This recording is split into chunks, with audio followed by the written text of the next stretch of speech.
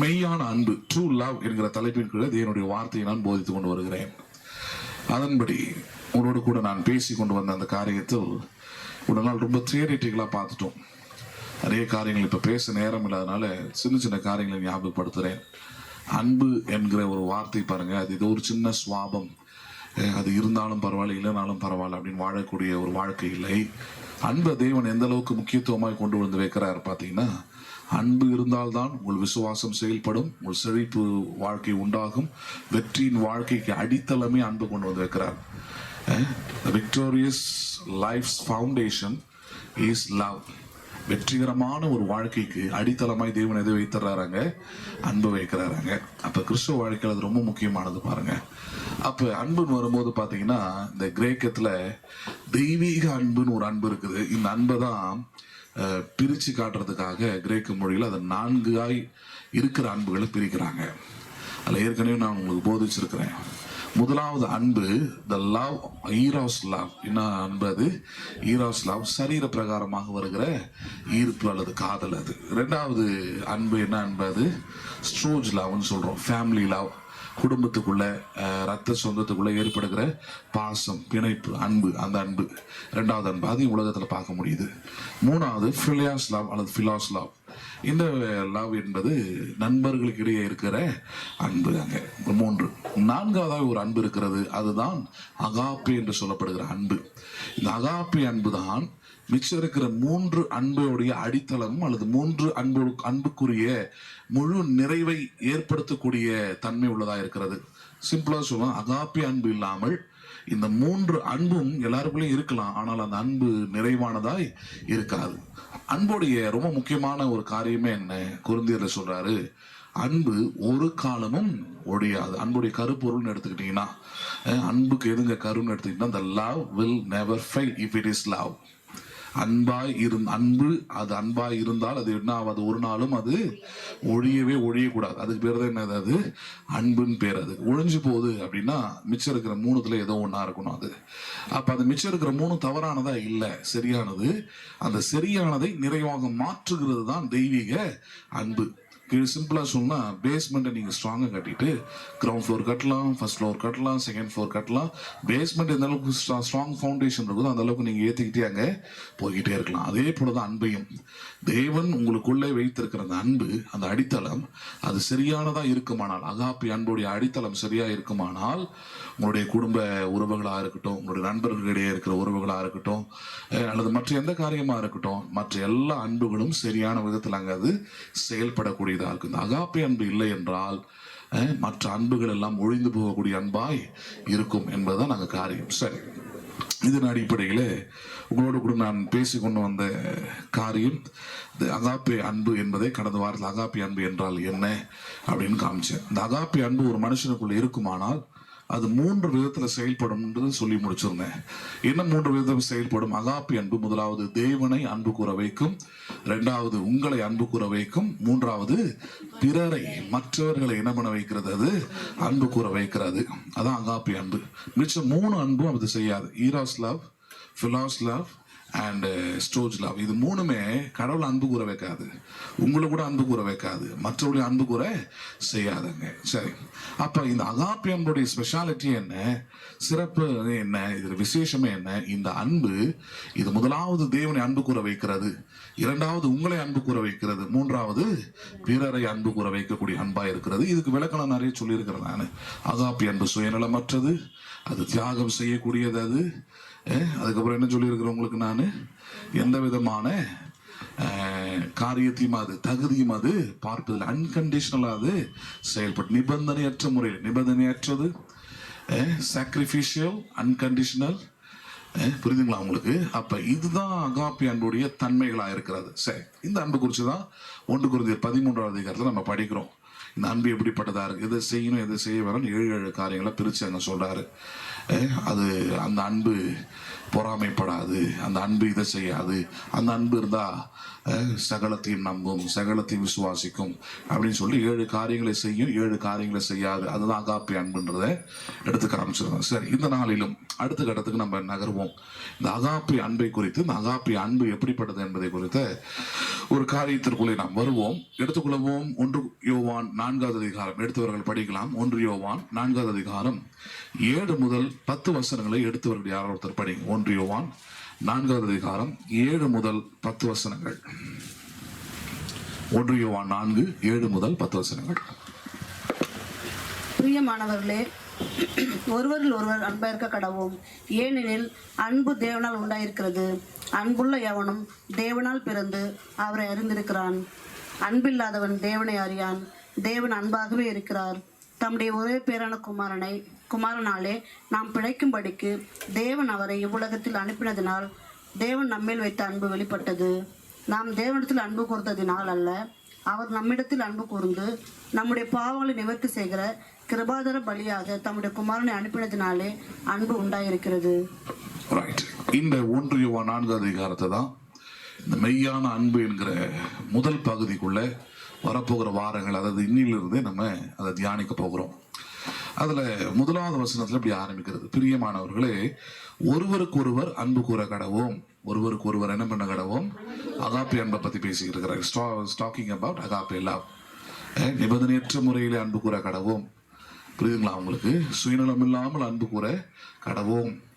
சாக்ரிஃபிஷியலா என்ன பண்ண கடவோம்? அன்பு கூற கடவோம். இந்த 3 காரியத்தை தான் அகாப்பே அன்பு வலியுறுத்துகிறது. சரி, அப்படி அன்பு கூற கடவுள்னு சொல்லிட்டு அடுத்ததுதான் பாயிண்ட் வருது. அதை இன்னைக்கு நம்ம தியானிக்க இருக்கிறோம். என்னது அது?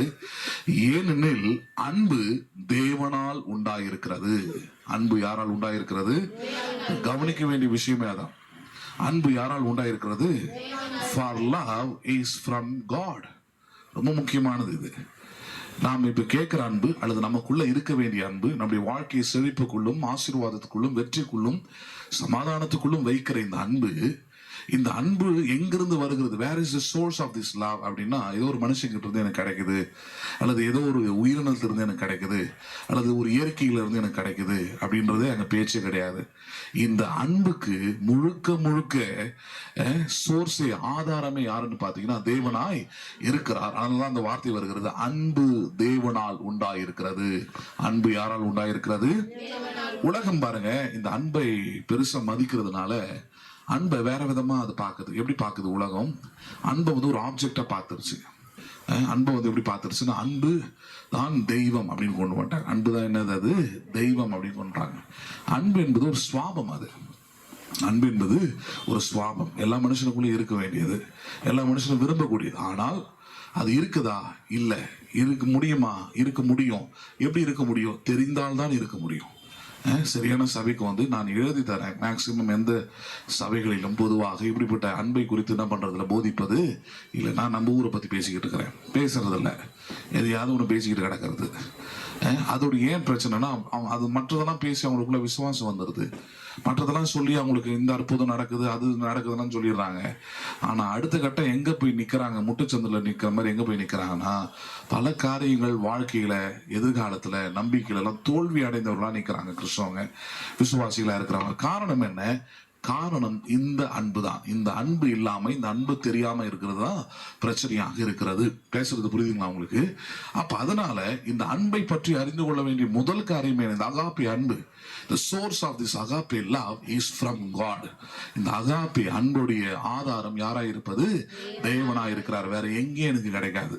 இந்த அகாப்பே அன்பு எனக்குள்ளே வர வேண்டும், எனக்குள்ளே இருக்கிறது, எனக்குள்ள இருந்து வளரணும், எனக்குள்ளே இது வேரூன்றி வர வேண்டும் என்றால் இந்த அகாப்பே அன்புடைய ஆதாரமா இருப்பது யாரு?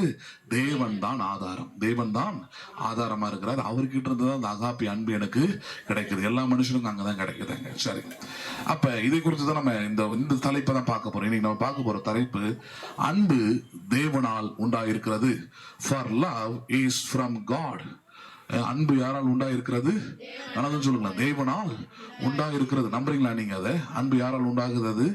தேவனால் உண்டாகிறது. லவ் இஸ் ஃப்ரம் காட் என்பதை நம்ம இன்னைக்கு பார்க்க இருக்கிறோம். அதுல நான் ஏற்கனவே சொன்ன மாதிரி இந்த அன்புக்கு, இந்த அகாப்பே அன்புக்கு ஓனர் யாரு? முதலாளி யாரு? இந்த அகாப்பே அன்பை கொடுக்கக்கூடிய உரிமையாளர் யார் அப்படின்னு பாத்தீங்கன்னா, தேவன் தான் அகாப்பே அன்புக்குரிய உரிமையாளராய் இருக்கிறார். ஒரு தாய்கிட்ட இருந்து கூட அன்பை பார்க்கலாம். ஆனா அந்த அன்பு, இட் இஸ் எ ஸ்ட்ரோஜ் லவ். அப்படின்னு சொல்றோம். அந்த அன்புக்கும் தெய்வ அன்புக்கும் பெரிய வித்தியாசம் இருக்குது, நிறைய வித்தியாசம் இருக்குது. அப்ப தெய்வீக அன்பு, அந்த தெய்வீக அன்புக்குரிய ஆதாரம் தேவன் என்று பார்த்தோம். அந்த தெய்வீக அன்புக்குரிய காரியம் என்னன்னு பார்க்க, ஓனர்ஷிப். தெய்வீக அன்புக்குரிய உரிமையாளர் யாரா இருப்பது? தேவனா இருக்கிறார். உரிமையாளர்னா நிறைய நேரத்தில் உங்களுக்கு புரியாது. ஒரு எக்ஸாம்பிள் சொல்றேன் நான். ஒரு காரை நீங்க வாங்குறீங்க, நீங்க விலை கொடுத்து வாங்குறீங்க, அவ்வளவுதான். விலை கொடுத்து என்ன பண்றீங்க, ஒரு காரை நீங்க வாங்குறீங்க, இல்லை ஒரு மொபைல் போனை நீங்க வாங்கிடுறீங்க. மொபைல் போன் வரும், அதான் எல்லாருக்கிட்டையும் ஈஸியா கையில புழங்கிட்டே இருக்கும். ஒரு மொபைல் போனை காசு கொடுத்து நீங்க வாங்குறீங்க. அந்த மொபைலுக்கு நீங்க அதுக்கு ஓனரா இருக்கலாம், ஆனா கிரியேட்டர் கிடையாது. நீங்க யாரு கிடையாது, நீங்க சோர்ஸோ, நீங்க கிரியேட்டர் கிடையாது. யாரோ ஒருத்தர் அதை உருவாக்கி, அதை டிசைன் பண்ணி, அது எல்லாத்தையும் பண்ணி உங்களுக்கு அதை வித்திருக்கிறாரு, அதை சேல் பண்ணியிருக்கிறாரு. அதை நீங்க காசு கொடுத்து வாங்கியிருக்கிறீங்க. இப்ப என்ன பாயிண்ட், நீங்க தான் அதுக்கு ஓனர். நீங்க தான் இப்போ மொபைலுக்கு ஓனர். நீங்க வாங்கிட்டீங்க, காசு கொடுத்து வாங்கிட்டதுனால மொபைலை எப்படி வேணா நீங்க அதை செயல்படுத்தவோ அல்லது உபயோகப்படுத்தவோ முடியாது. பேசுறது புரியுதுங்களா உங்களுக்கு? எப்படி உபயோகிக்க முடியும்? நீங்க காசு கொடுத்தே வாங்கியிருந்தாலும், அந்த மொபைலுக்கு நீங்க தான் முதலாளியாகவே இருந்தாலும், இந்த மொபைலை இந்த தொலைபேசியை கண்டுபிடித்த ஒரு உரிமையாளர் ஒருத்தர் இருக்கிறான். அவன் எப்படி டிசைன் பண்ணியிருக்கிறானோ அந்த டிசைன் பிரகாரம் தான் நீங்க என்ன பண்ண முடியும், அதை பயன்படுத்த முடியும். எந்தா இருக்கும், புரியுதுங்களா இல்லையா உங்களுக்கு? மொபைலில் காதில் வச்சு பேசணும்னு இருக்குது. எங்கே ஒன்றா வச்சு பேசுவேன் அப்படின்னா பேச முடியுமா? பேச முடியாது. அதில் பட்டன்ஸ் கொடுத்துருக்குறான். ஆன்சர் பட்டன் வருது, ஒரு கால் வருது, ஆன்சர் பட்டன் வரும், இல்லை ரிஜெக்ட் பட்டன் வருது. நான் ரிஜெக்ட் பட்டன் பண்ணிட்டு பேசுவேன்னா பேச முடியுமா? ரிஜெக்ட் பண்ணினா ரிஜெக்ட் ஆகிடும் அது. ஏன்னா அவன் அப்படி தான் டிசைன் பண்ணியிருக்கிறான். நீங்கள் அதை டிசைன் பண்ணமா முடியாது. உங்களால் அதை உபயோகப்படுத்த முடியுமே தவிர உங்களால் அதை உருவாக்க முடியாது. அதே தான் அகாப்பி அன்பு. அகாப்பி அன்பை நீங்கள் உபயோகிக்கலாம், ஆனால் உங்களால் அகாப்பி அன்பை என்ன பண்ண முடியாது, எந்த மனுஷனாலையும் உருவாக்க முடியாது. காரணம், இந்த அகாப்பி அன்பைக்கு சிருஷ்டிகர் தேவனாய் இருக்கிறார். அகாப்பி அன்பின் சிருஷ்டிகர் யாராய் இருக்கிறார்? அதுதான் 1 சொல்றார், அன்பு தேவனால் உண்டாயிருக்கிறது.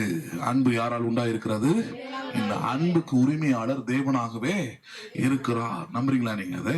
சரி, இப்ப அடுத்த கட்டம் ஒரு பிரச்சனை வருதுங்க. என்ன பிரச்சனை வருது? பழைய ஏற்பாட்டு தேவன் வேற, புதிய ஏற்பாட்டு தேவன் வேறன்ற மாதிரியான சிந்தைகள்ல நிறைய நேரத்துல விசுவாசிகளோ கிறிஸ்தவர்களோ மாறிடுறாங்க. எப்படி பாக்குறாங்க? அவங்க பழைய ஏற்பாட்டை குறித்து பார்க்கும்போது எப்படி நினைக்கிறாங்கன்னா, பழைய ஏற்பாட்டு தேவன் பயங்கர கோபக்காரர், பயங்கரமா கோபம் உள்ளவர், அவர்கிட்ட அன்பை பார்க்க முடியாது, கொன்னு குவிப்பாரு, அவர் வியாதிகளை கொடுப்பாரு, தோல்விகளை கொடுப்பாரு, யுத்தங்களை செய்ய வைப்பாரு, பயங்கரமா அவங்கள போட்டு வாட்டி வதைச்சு எடுப்பார், அவருக்குள்ள அன்பே கிடையாது. ஆனால் இயேசு அப்படி கிடையாதுங்க. அவர் ரொம்ப அன்பு உள்ளவர், அவர் அன்பானவர் அவர் அப்படின்ற மாதிரி போதிக்கிற ஊழியக்காரங்களே இருக்கிறாங்க. புரிஞ்சுக்காம அப்படி பேசிக்கிட்டு இருக்கிறாங்க. ஆனால் அப்படி போதிக்கிற ஆட்களே ஒவ்வொரு ஆராதனை முடியும் போது கடைசி அந்த பிளஸ்ஸிங்ன்ற ஒரு காரியம் இருக்கு இல்லையா, அந்த பிளஸ்ஸிங் என்ன சொல்லி முடிக்கிறாங்கன்றது கவனிச்சு பார்த்தீங்கன்னா உங்களுக்கு தெரியும். நம்முடைய கர்த்தராகிய இயேசு கிறிஸ்துவின் கிருபையும் பிதாவாகிய தேவனுடைய அன்பும். பிதாவாகிய தேவனுக்கு எது அடையாளமா இருக்கிறது? அன்பு தான் அடையாளம். The identification of God is love. ஜெபம் பண்ணும்போது அது மந்திரம் மாதிரி மனப்பாடம் பண்ணி ஒப்பிக்கிறதுனால பிரசங்கம் வேறையா இருக்குது, ஜெபம் பண்ணும் போது அது வேறையா மாறிடுதாங்க. கவனிக்கணும், பிதாவாகிய தேவன் அவர் தம்மை என்றைக்குமே மாற்றிக்கொள்வதே இல்லை. அது பழைய ஏற்பாடு, புதிய ஏற்பாடு, அது நமக்கு தான் வித்தியாசம். ஆனால் அவருக்கு காலங்கள் எல்லாம் ஒன்றுதான். அவர் என்றென்றைக்குமே ஒரே தன்மையில தான் இருக்கிறார். அன்பாகவே அவர் இருக்கிறார். எப்படிப்பட்டவராகவே இருக்கிறார் அவர்? ஆமா, ஏனென்றால் அவருக்குள்ளிருந்து தான் இந்த அகாப்பி அன்பு உண்டாகிறது அல்லது உருவாகிறது அல்லது வருகிறது. அப்ப இத கிளாரிஃபை பண்ணணும் அப்படின்றதுக்காக தான் தேவன் அவருக்குள்ளது தான் அன்பு உருவாகிறது, அவருக்குள்ளது தான் அன்பு வெளிப்படுகிறது என்பதை தான் சில வசனங்கள் இருந்து உங்களுக்கு எடுத்து காண்பிக்க இருக்கிறேன். எடுத்துக்கொள்ளும். உபாகமம் 7வது அதிகாரம். உபாகமம் 7வது அதிகாரம் 6 முதல் 9 வசனங்களை நாம் பார்ப்போம். உபாகமம் 7 6 முதல் 9 வசனங்களை எடுத்தவர்கள் யாராவது ஒருத்தர் படிங்க. உபாகமம் 7வது அதிகாரம் 6 முதல் 9 வசனங்கள்.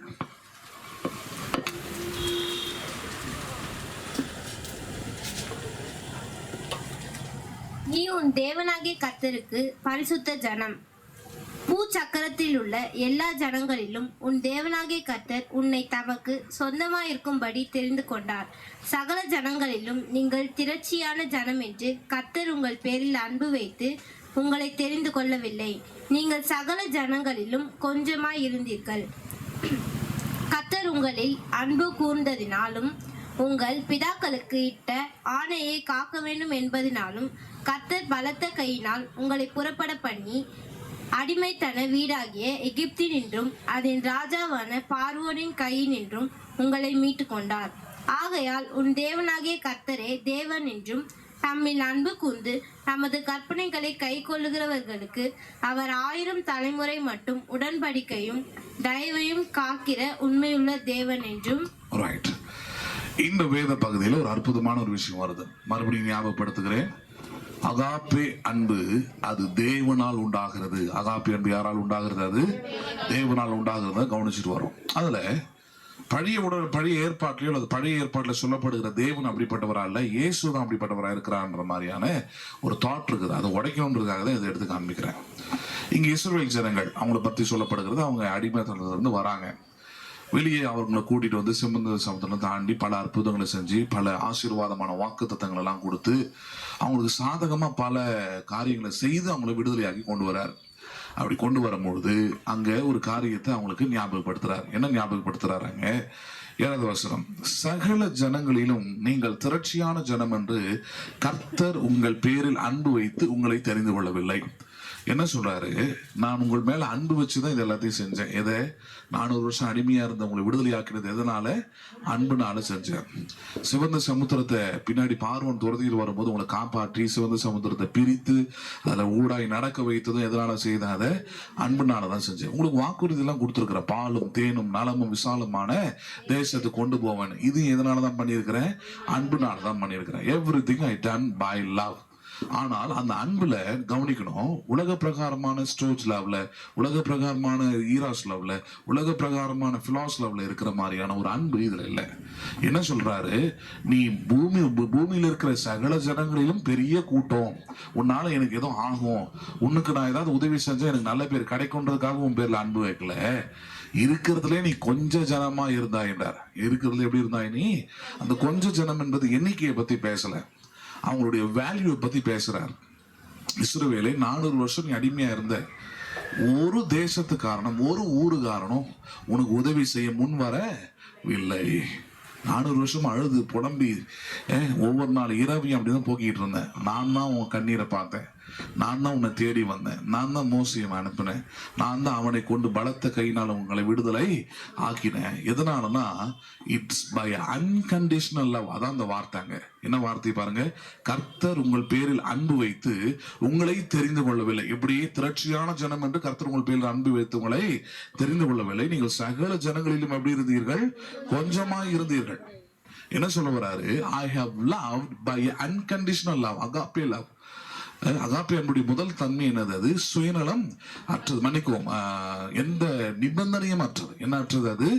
ஆமா, நான் அன்பு காட்டணும்னா பெரிய ஆளா இருக்கணும், நீ எனக்கு தகுதியானவனா இருக்கணும், நீ பெரிய ஜனக்கூட்டமா இருக்கணும் அப்படின்லாம் நிபந்தனையே இல்லாம நீ தகுதியற்றவனா இருக்கும் பொழுதே உன் மீது அன்பு வைத்துதான் உன்னை நான் என்ன பண்ணினேன்? அங்கிருந்து புறப்பட பண்ணினேன், விடுதலை ஆக்கினேன். அன்பை வெளிப்படுத்துறாரு. Because you want to show, கடவுள் ஒரு காரியத்தை வெளிப்படுத்த விரும்புகிறார், ஒரு காரியத்தை உறுதிப்படுத்த விரும்புகிறார் அவங்களுக்குள்ள. இவர் அன்பு அவரால் உண்டாயிருக்கிறது, அன்பு தேவனால் உண்டாயிருக்கிறது. அந்த ஜனம் உணரணும். எதை உணரணும்? எங்கள் மீது தேவன் அன்பு கூர்ந்தார். அது எங்க தகுதியினால் அல்ல, அவர் இடத்துல இருந்து அன்பு உண்டானது, அவர் உள்ளத்துல இருந்து உண்டானது. அவரே அந்த அன்புக்கு ஆதாரமா இருக்கிறார், அவரே அந்த அன்புக்கு உரிமையாளராக இருக்கிறார், அவரே அந்த அன்புக்கு எல்லாவற்றுக்கும் ஆதாரமா இருப்பதனால அதுக்கு நாங்க சற்றும் தகுதியானவர்கள் அல்ல. ஆனால் அவரே அந்த அன்பை எங்களுக்கு காண்பித்தார், வெளிப்படுத்தினார். அதை கொண்டு செயல்களிலே எங்களை விடுதலை ஆக்கினார் என்றார். அடுத்த வார்த்தையை பாருங்க, 8வது வசனம். கர்த்தர் உங்களில் அன்பு கூர்ந்ததினாலும் உங்கள் பிதாக்களுக்கு இட்ட ஆணையை காக்க வேண்டும் என்பதனாலும் கர்த்தர் பலத்த கையினால் உங்களை புறப்பட பண்ணி அடிமைத்தன வீடாகிய எகிப்து நின்றும் அதன் ராஜாவாகிய பார்வோனின் கை நின்றும் உங்களை மீட்டுக் கொண்டார். ஆகையால் உன் தேவனாகிய கர்த்தரே தேவன் என்றும் தம்மில் அன்பு கூர்ந்து தம்முடைய கற்பனைகளை கை கொள்ளுகிறவர்களுக்கு அவர் 1000 தலைமுறை மட்டும் உடன்படிக்கையும் தயவையும் காக்கிற உண்மை உள்ள தேவன். என்ன சொல்றாரு? உன்னை புரிஞ்சுக்க இஸ்ரவேலே, கடவுளை பற்றி யார், தேவன் யார், உன்னை விடுதலையாக்கின தேவன் எப்படிப்பட்டவர்னா உன் மீது அன்பு வைத்து உனக்கு அன்பை வெளிப்படுத்தி, உனக்கு அன்புனா என்னன்றதை காண்பித்து, உனக்கு 1000 தலைமுறை மட்டும் உனக்கு இரக்கம் செய்வதற்கான திட்டத்தை வச்சிருக்கிறாரு. நீ ஒன்னே ஒன்று மட்டும் பண்ணு. அவர் அன்பு காட்டினார் இல்லையா, அதே அன்பை கொண்டு அவரையும் என்ன பண்ணு, நேசிக்க கற்றுக்கொள். அவரையும் அன்பு கூர்ந்தால் உனக்கு நான் இப்ப சொல்றேன், 1000 தலைமுறை மட்டும் உன்னுடைய சந்ததியை நான் இரக்கத்தினாலும் தயவினாலும் காத்து கொள்ளுவேன். எப்படி கொண்டு வராரு பாருங்க. அன்பை கொடுக்குறேன், அன்பு என்ன பண்ணி எனக்கு திருப்பியும் கொடுத்துருன்றார். வேற எதையும் கேட்கல. அவ்வளவு பெரிய விலையிற பெற்ற அன்பை கொடுத்துட்டு உன் உயிரை கொடுன்னு கேட்கலாம், உன் ரத்தத்தை கொடுன்னு கேட்கலாம், வேற ஏதாவது உன் உடைமைகளை கொடுன்னு கேட்கலாம். அவர் கேட்கிறாரு, நானும் அன்பை கொடுத்துருக்குறேன், அந்த அளவுக்கு உன்னால தூய்மையான அன்பை கொடுக்க முடியாதுன்னு தெரிஞ்சும் அவர் சொல்றாரு, return back the love to me. அந்த அன்பை மறுபடியும் என்ன பண்ணிடு, எனக்கு திருப்பி கொடுத்து விட. ஆண்டவர் உங்ககிட்ட கேட்கறது அதுதான். ஒரு விசுவாசியா இருக்கிறீங்க, நீங்க தேவனை ஏற்றுக்கொண்ட பிறகு அவரை தேடி வருவதற்கான அடையாளம் என்ன? ஒரே ஒண்ணுதான், அவர் உங்களை அன்பு கூர்ந்தார். அதனால மறுபடியும் நீங்க என்ன பண்றீங்க, அன்பு கூறுறீங்க. நீங்க வருவதா இருக்கட்டும், நீங்க ஜெபிப்பதா இருக்கட்டும், அல்லது ஆண்டவருக்காக நீங்க எடுத்து செய்கிற எந்த செயலா இருக்கட்டும், you should do by understanding of love. தேவன் என்னை முந்தி அன்பு கூர்ந்தார், அவர் என்னை அன்பு கூர்ந்தபடினால் நான் இப்பொழுது அவரை அன்பு கூறுகிறேன். காரணம் அன்பு தேவனால் உண்டாயிருக்கிறது. நம்புறீங்களா நீங்க அதை?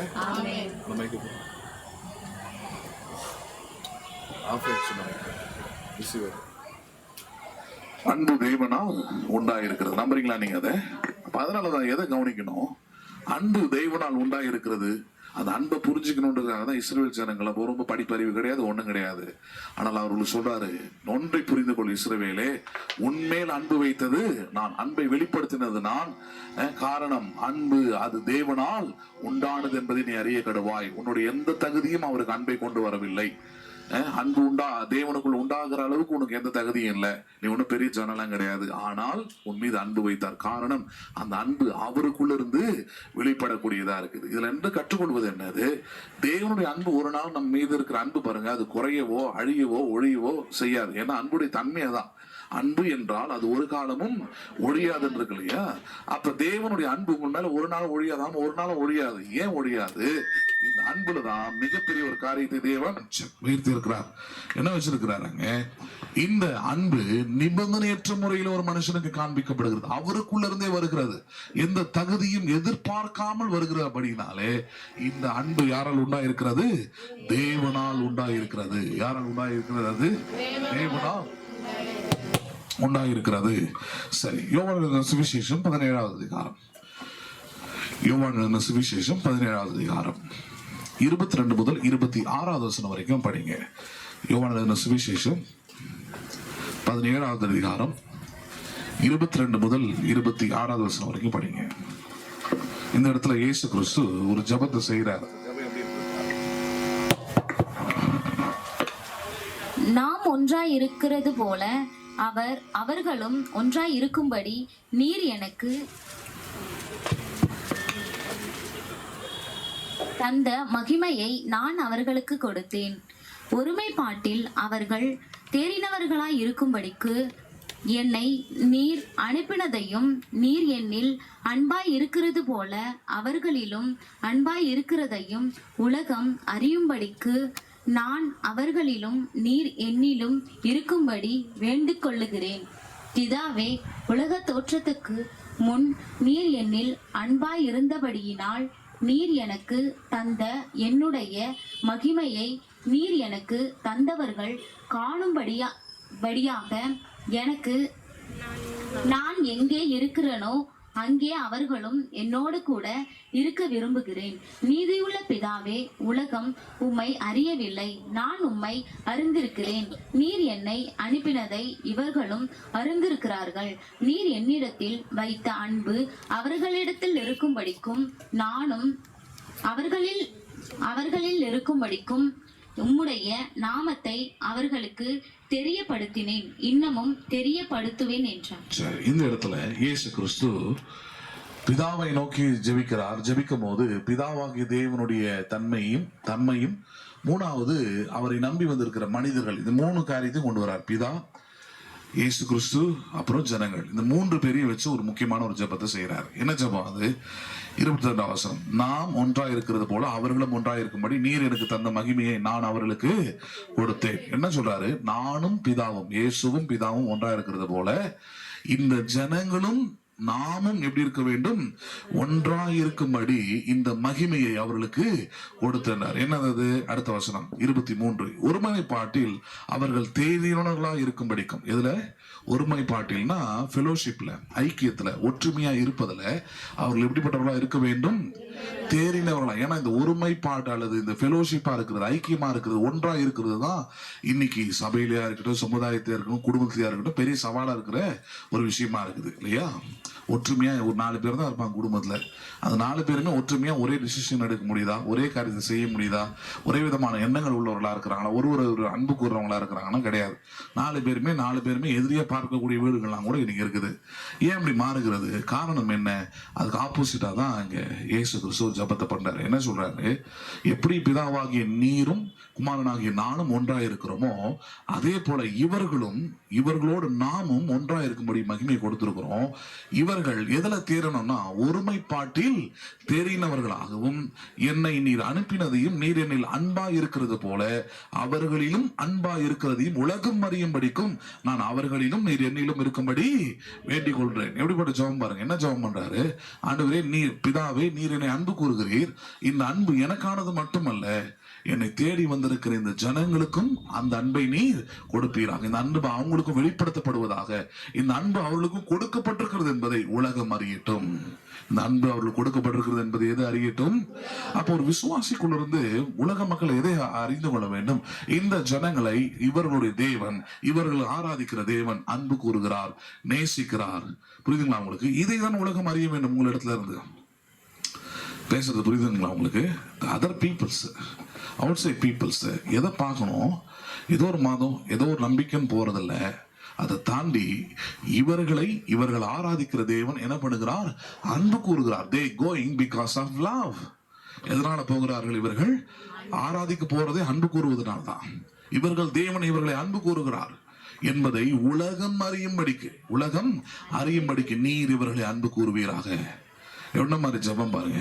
அவ பிதாவாகிய தேவன் உங்களையும் என்னையும் அன்பு கூர்ந்தபடியினால்தான் இன்னைக்கு பாவங்கள் மன்னிக்கப்பட்டவர்களாய், நீதிமான்களாய், குற்ற உணர்வு அற்றவர்களாய், தண்டனை தீர்ப்பு அற்றவர்களாய், தேவனுடைய பிள்ளைகளாய், தேவனுடைய வித்து உள்ளவர்களாய், தேவனை விசுவாசிக்கிறவர்களாய், தேவனை நம்புகிறவர்களாய் நம்ம இருக்கிறோம். எப்படி இந்த நம்பிக்கைலாம் நமக்குள்ள உண்டாச்சு?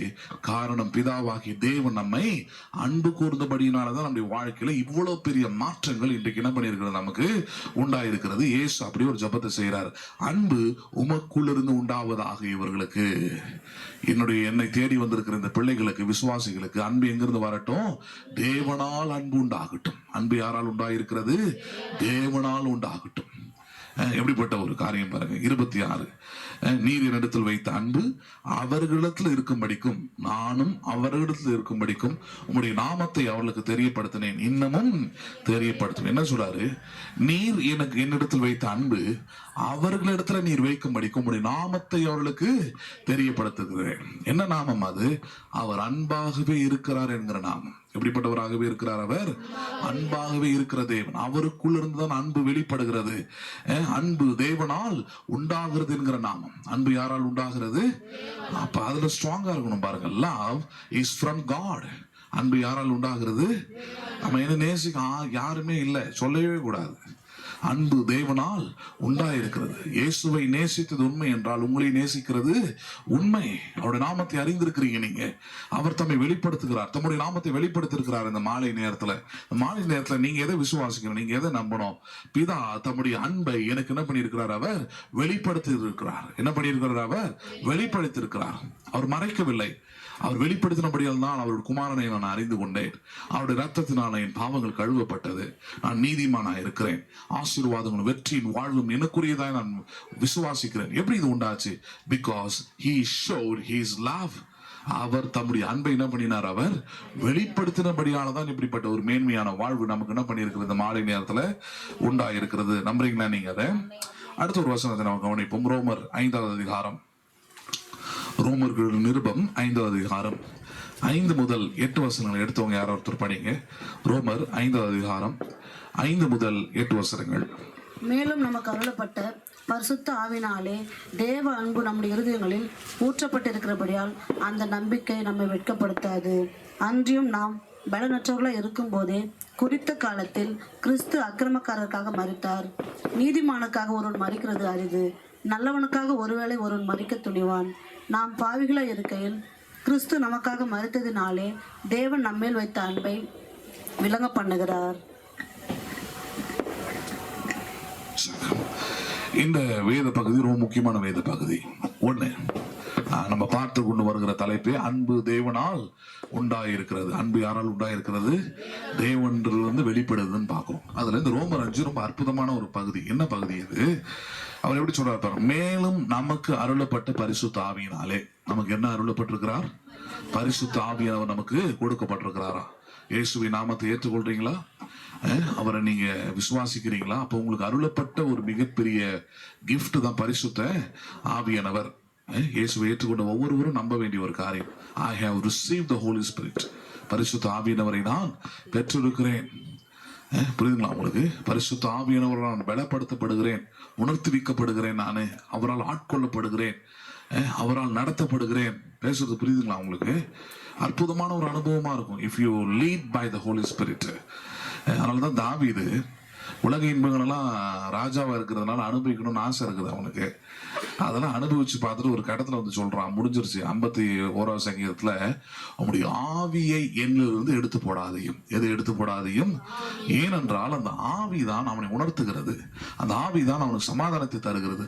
அந்த ஆவி இருந்தால்தான் அவனால செயல்பட முடியும் என்பதை அவன் நன்றாக அறிந்தவனாய் இருக்கிறான். அந்த ஆவி பல விஷயத்தை செய்யுது. ஹோலி ஸ்பிரிட் செய்யறாரு, அவர் செயல்படுகிற தேவன் அவர். அப்ப இந்த இடத்துல அவர் சொல்றாரு, நமக்கு அருளப்பட்ட பரிசுத்த ஆவியானவர். விசுவாசிகளா இருக்கிற ஒவ்வொருவரும் நம்ப வேண்டிய முதல் விஷயம் என்னன்னா, I have received the Holy Spirit. யாரை பெற்றிருக்கிறீர்கள்? நீங்கள் பரிசுத்த ஆவியானவரை பெற்றிருக்கிறீங்க. அவர் உங்கள் உள்ளத்துல இருக்கிறார், உங்கள் இருதயத்தில் இருக்கிறார். அவர் தேவனாகவே இருக்கிறார். உங்கள் எண்ணங்களில், மனங்களில், ஆத்துமாவில் கிரியை செய்கிறவராய் இருக்கிறார். Is a God of doing work. என்ன பண்ணுகிறவராய் இருக்கிறார்? அவர் கிரியை செய்கிற தேவன். என்ன செய்கிற தேவன்? அவர் கிரியை செய்கிற தேவன். இன்னைக்கு விசுவாசிகளா இருக்கிறீங்களா? நான் சொல்றேன், நீங்கள் போக வேண்டிய வழிகள், நீங்கள் யோசிக்க வேண்டிய காரியங்கள், நீங்க எடுக்க வேண்டிய முடிவுகள், இதெல்லாம் சரியானதா, தீர்க்கமாய், வெற்றிகரமாய் இருக்க வேண்டும் என்றால் உள்ள இருக்கிற பரிசுத்த ஆவியானவரோட பேச்சு என்ன பண்ணுங்க? நீங்க கேளுங்க. கேட்டீங்கன்னா நிச்சயமா வெற்றி பெறுவீங்க. கேட்டீங்கன்னா நிச்சயமா சமாதானத்தை பெறுவீங்க. கேட்டீங்கன்னா சரியான வெற்றியின் பாதையில் உங்களால போக முடியும். நம்புறீங்களா நீங்க அதை? அப்ப இந்த இடத்துல சொல்றாரு, மேலும் நமக்கு அருளப்பட்ட பரிசுத்த ஆவியினாலே ஒரு முக்கியமான விஷயம் நமக்கு கொடுக்கப்பட்டிருக்கிறது அல்லது வெளிப்படுத்தப்பட்டிருக்கிறது. என்ன வெளிப்படுத்தப்பட்டிருக்கிறது? அன்புக்கு உரிமையாளராக இருக்கிறவர், அன்புக்கு ஆதாரமா இருக்கிறவர். அவர் நம் உள்ளத்தில் அன்பை என்ன பண்ணியிருக்கிறாராம்? அவர் ஊற்றி இருக்கிறார் என்கிற சத்தியம். என்ன பண்ணியிருக்கிறார் அவர்? அப்ப எதை நீங்க நம்பணும்? அன்பு இனிமேல் வேணும்னு கேட்க கூடாது. ஆண்டவர் எனக்கு உங்களுடைய அன்பை தருவீராகன்னு கேட்டீங்கன்னா நீங்க இங்க இருக்க வேண்டிய ஆளே கிடையாது. எதை நீங்க நான் அதான் காலைல சொன்னேன், you should not feel the Christianity, you should have a faith on Christian. கிறிஸ்துவத்தை நீங்க உணர்வு பூர்வமா ஃபீல் பண்ணி பார்க்குற விஷயம் இல்ல, உணர்ந்து பார்க்குற விஷயம் இல்ல. கிறிஸ்துவம் என்பதே விசுவாசிக்க வேண்டிய காரியமா இருக்கிறது. எப்படிப்பட்ட மார்க்கமா இருக்கிறது? அது எல்லாவற்றையும் நீங்கள் விசுவாசிக்க வேண்டும். அதுவும் அன்புடைய தன்மை அதுவா இருக்குது. அன்பு சகலத்தையும் நம்பும், சகலத்தையும் விசுவாசிக்கும். நம்புறீங்களா நீங்க அதை? அப்ப இது எதை விசுவாசிக்கணும்? நீங்க, நான் என்றைக்கு இயேசு கிறிஸ்துவை தேவனாக ஏற்றுக்கொண்டேனோ, அவருடைய நாமத்தை அறிந்து கொண்டேனோ, அவரை அங்கீகரித்தேனோ, அன்னைக்கு பரிசுத்த ஆவியானவரை பெற்றுக் கொண்டிருக்கிறேன். அவரை நான் புறம்பு தள்ளுறதுல, அவர் வேணாம்னு சொல்றது, I have received the Holy Spirit. அப்படி ஆவியானவரை பெற்றிருக்கிறதுனால அவர் எனக்குள்ள என்ன பண்ணியிருக்கிறார்? தேவ அன்பை என்ன பண்ணியிருக்கிறார்? அவர் ஊற்றி இருக்கிறார். எதை ஊற்றி இருக்கிறார்? அவர் இதுதான் யோவான் சொல்றார், அன்பு தேவனால் உண்டாயிருக்கிறது. நம்புங்க அதை. அன்பு யாரால் உண்டாயிருக்கிறது? அப்ப உங்கள் உள்ளத்துல தெய்வீக அன்பு இருக்குதா இல்லையா? தேவ அன்பு பரிசுத்த ஆவியானவரால் உங்களுக்கு உண்டாயிருக்கிறது. தேவ அன்பு யாரால் உண்டாயிருக்கிறது? பரிசுத்த ஆவியானவரால் உங்களுக்கு உண்டாயிருக்கிறது. God's love is from Holy Spirit in you. உங்களுக்குள் பரிசுத்த ஆவியானவரால் தெய்வ அன்பு உங்களுக்கு உண்டாயிருக்கிறது, ஊற்றப்பட்டிருக்கிறது. முதல்ல விசுவாசிங்க, எனக்குள் தெய்வ அன்பு இருக்கிறது. எனக்குள்ள என்ன அன்பு இருக்கிறது? தெய்வ அன்பு இருக்கிறது. அப்புறம் சொல்றாரு பாருங்க, அதுல ஊற்றப்பட்டிருக்கிறபடினால் அந்த நம்பிக்கை நம்ம என்ன பண்ணாது? அதான் பாயிண்டாங்க. நான் சொன்னல, அன்புதான் எல்லா வெற்றி வாழ்க்கைக்கும் அடித்தளமா இருக்கிறபடினாலே ஒரு விசுவாசி எதை நம்ப வேண்டும்?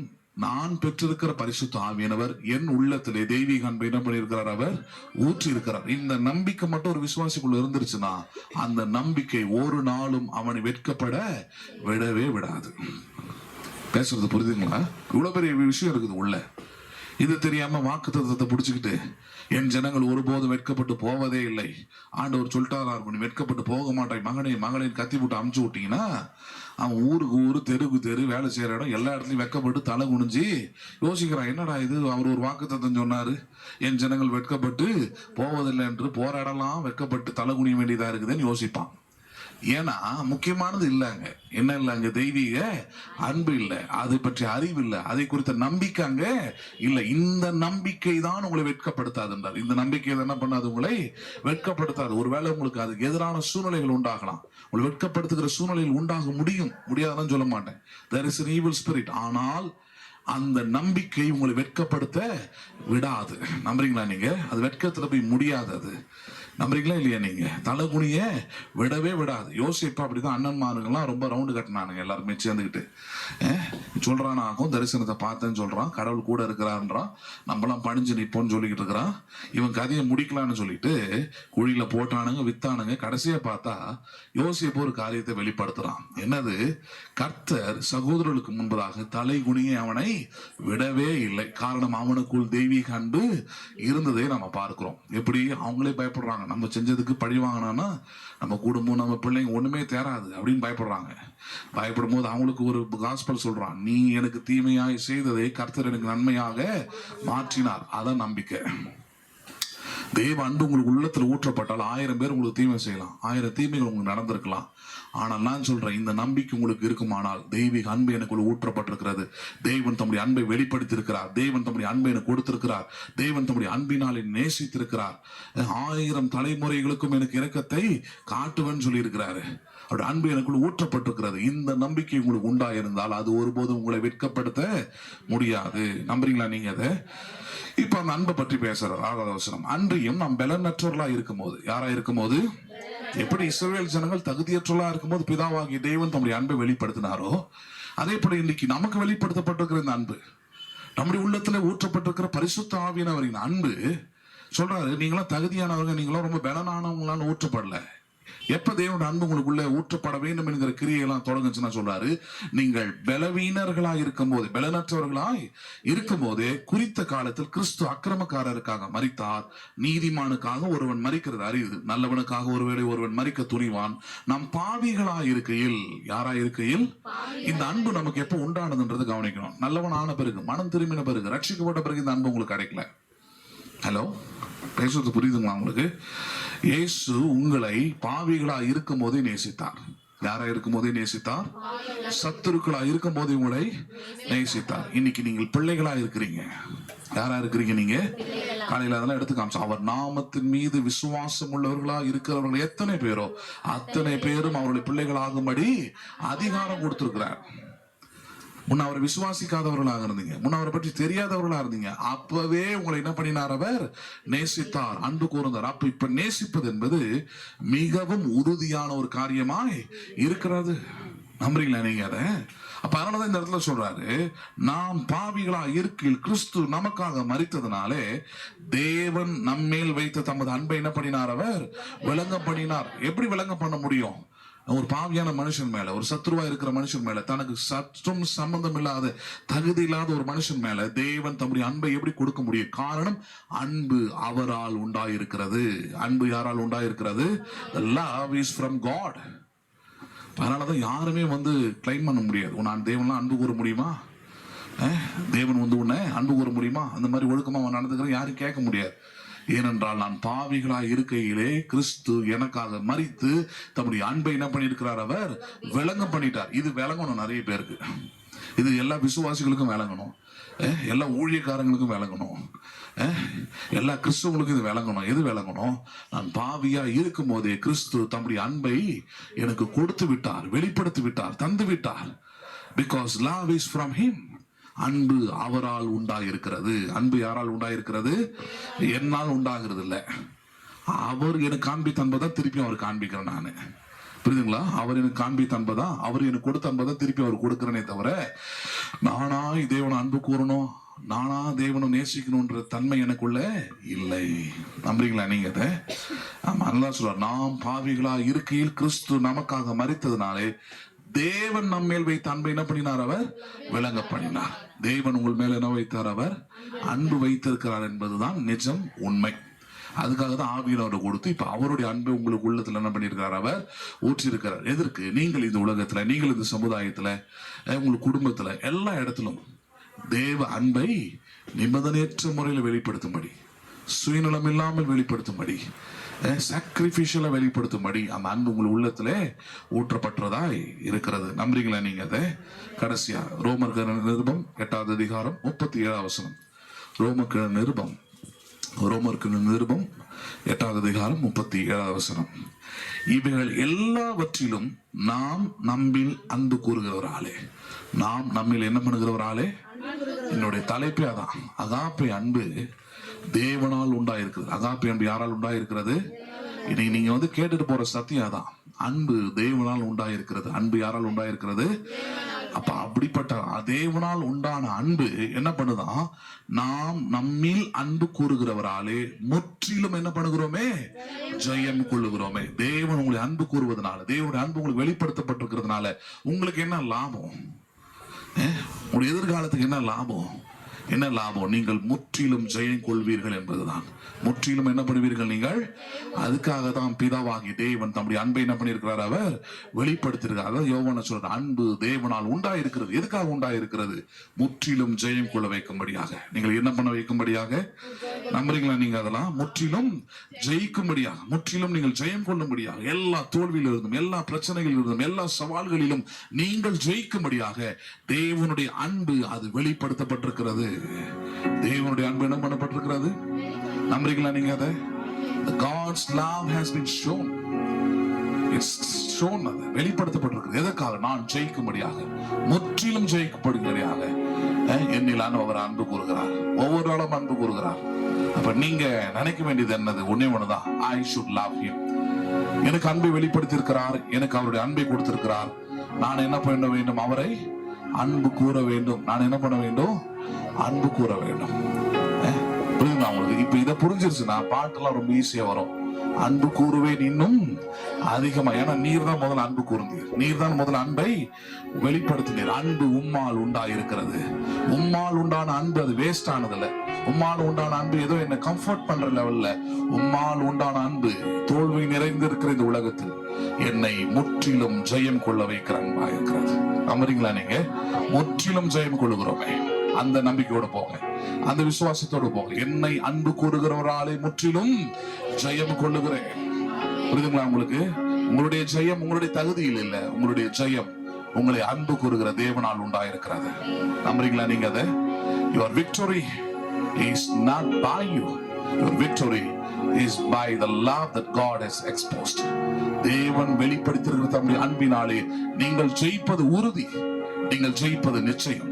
உங்களுடைய ஜெயம், உங்களுடைய எதிர்காலத்தின் வாழ்க்கையின் வெற்றி அது உறுதியான ஒன்றாய் இருக்கிறது.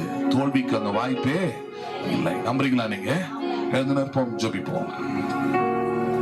ஸ்தோத்திரிக்கிறோம் ஆண்டவரே, ஸ்தோத்திரிக்கிறோம், ஸ்தோத்திரிக்கிறோம், ஸ்தோத்திரிக்கிறோம், ஸ்தோத்திரிக்கிறோம், ஸ்தோத்திரிக்கிறோம், ஸ்தோத்திரிக்கிறோம், ஸ்தோத்திரிக்கிறோம், ஸ்தோத்திரிக்கிறோம், ஸ்தோத்திரிக்கிறோம், ஸ்தோத்திரிக்கிறோம் தேவனே, ஸ்தோத்திரிக்கிறோம், ஸ்தோத்திரிக்கிறோம், ஸ்தோத்திரிக்கிறோம். அன்பு தேவனால் உண்டாயிருக்கிறது. தேவன் நீர் அன்புக்கு ஆதாரமும் அடையாளமும், அன்புக்கு எல்லாவற்றுக்கும் நீரை உரிமையாளருமாய் இருக்கிறீர். அன்பு உண்மையிலிருந்து வெளிப்பட்டிருக்கிறது. தகுதியற்றவர்கள் மீது, சத்துருக்களாய் இருந்தவர்கள் மீது, பாவிகளாய் இருக்கும்போது, பலவீனர்களாய் இருந்தவர்கள் மீது அன்பு உமக்குள்ளிருந்து வெளிப்பட்டிருக்கிறது.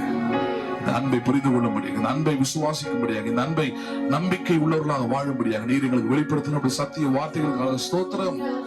எங்களை அன்பு கூறுகிற உம்முடைய அன்பினாலே நாங்கள் முற்றிலும் ஜெயம் கொள்ளுகிறவர்களாக இருக்கிறோம். எல்லா சோதனையில் இருந்தும், எல்லா வேதனையில் இருந்தும், எல்லா கண்ணீரில் இருந்தும், எல்லா கேள்விகளில் இருந்தும், எல்லா புலம்பலில் இருந்தும், எல்லா தடைகளில் இருந்தும் தேவரே நாங்கள் முன்னேறி வெற்றி பெறுவது நிச்சயம். அந்த வெற்றி, அந்த வாழ்வு அது நீர் எங்களை அன்பு கூர்ந்ததனால் உண்டாயிருக்கிறது. Victorious life is because you have loved us. You have exposed your love. நீர் அன்பை வெளிப்படுத்தினீர். நீர் அன்பை எங்களுக்கு கொடுத்தீர். நீரே அன்பு என்பது அது உமக்குள்ளிருந்து எங்களுக்கு வெளிப்படுத்தப்பட்டிருக்கிறது. இதை புரிந்து கொள்ள, இதை அறிந்து கொள்ள, இதை ஏற்றுக்கொள்ள அப்படிப்பட்ட மனதை, அப்படிப்பட்ட சிந்தை, அப்படிப்பட்ட எண்ணத்தை நீர் எங்களுக்குள்ளே தந்திருக்கிறபடியால் ஸ்தோத்திரமாக. நாளிலும் கேட்ட வசனத்தை உறுதியாக பற்றி கொள்ளுகிறவர்களாக, இந்த நம்பிக்கை ஒருபோதும் வெட்கப்படுத்தாது. இந்த நம்பிக்கை அவர்களுக்குள்ளே ஆழமாக பதியட்டும், விசுவாசமாக அது ஓங்கி நிற்கட்டும். என்னை அன்பு கூறுகிறவராலே நான் முற்றிலும் ஜெயம் கொள்ளுவேன். என்னை அன்பு கூறுகிற கிறிஸ்துவினாலே ஒவ்வொரு நாளும் நான் ஜெயம் கொள்ளுவேன். எல்லாவற்றுக்கும் தேவையான பலத்தையும் சுகத்தையும் ஆரோக்கியத்தையும் தருவார். ஜெயம் அது எனக்குரியதா இருக்குது. Because he has loved me. அவர் என்னை அன்பு கூறுகிறார். அந்த அன்பை நாங்கள் மறுபடியும் முழு உள்ளத்தோடு, முழு ஆத்மாவோடு, முழு பலத்தோடு, ஆனால் நீர் வெளிக்காட்டின அன்போடு நாங்கள் காட்டும். ஆனால் we will show the love. நீர் எங்களுக்கு கொடுத்திருக்கிற அன்பை எங்களால் கொடுக்க முடியும். அந்த அன்பு ஒன்றை தகுதி உள்ளதா இருக்கிறது. அந்த அன்பை நாங்கள் உமக்கு தருகிறோம். அந்த அன்பினாலுமே துதிக்கிறோம். அந்த அன்பினாலுமே தேடி வருகிறோம். அந்த அன்பினாலே உமக்கு எல்லா கிரியைகளையும் நாங்கள் செய்கிறோம். To every actions by the agape love. அதுக்காக நன்றி செலுத்துகிறோம் ஆண்டவரே. அருமையான இரவு நேரத்தில் கூடி வந்திருக்கிற பார்க்கிறேன், இது நேரலையில் பார்த்து கொண்டிருக்கிற, கேட்டுக்கொண்டிருக்கிற ஒவ்வொரு பிள்ளைகளையும் கர்த்தர் நீர் ஆசீர்வதிப்பீராக. உடைய அன்பு அவளுக்காக வெளிப்படுத்தப்பட்டிருக்கிறது. You love them. நீர் அவர்களை நேசிக்கிறீர். நீர் அவர்களை அன்பு கூர்ந்திருக்கிறீர். அதற்காக உங்களுடைய குமாரனை அனுப்பி இருக்கிறீர். காரணம், உங்களுடைய அன்பு அர்த்தமுள்ளதா இருக்கிறது. உங்களுடைய அன்பு ஒவ்வொருவரையும் முற்றிலும் ஜெயம் கொள்ள வைக்கிறது ஆண்டவரே. அப்படிப்பட்ட முற்றிலும் ஜெயம் கொள்கிற வாழ்க்கைக்குள்ளே நீர் கொண்டு வந்து எங்களை வேறு பிரித்து நிறுத்தினதற்காக நன்றி செலுத்துகிறோம். கூடி வந்திருக்கிற, பார்க்கிற, கேட்கிற ஒவ்வொரு பிள்ளைகளையும் ஆசீர்வதிப்பீராக.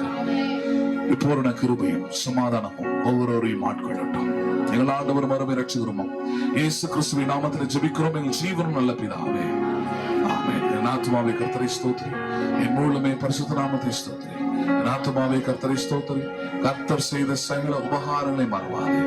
ஆமென். ஆசீர்வாதம் உடைய கர்த்தராக இயேசு கிறிஸ்துவின் கிருபையும் பிதாவாகிய தேவனுடைய அன்பும் பரிசுத்த ஆவியானுடைய ஐக்கியமும் இன்றைக்கும் என்றைக்கும் சதா காலம் நம் அனைவரோடு கூட இருப்பதாக. ஆமென். ஆமென். So God bless you. மீண்டும் உங்களை வருகிற செவ்வாய்க்கிழமை மாலை சந்திக்கிறேன். கர்த்தர் உங்களை ஆசீர்வதிப்பாராக. ஆமென்.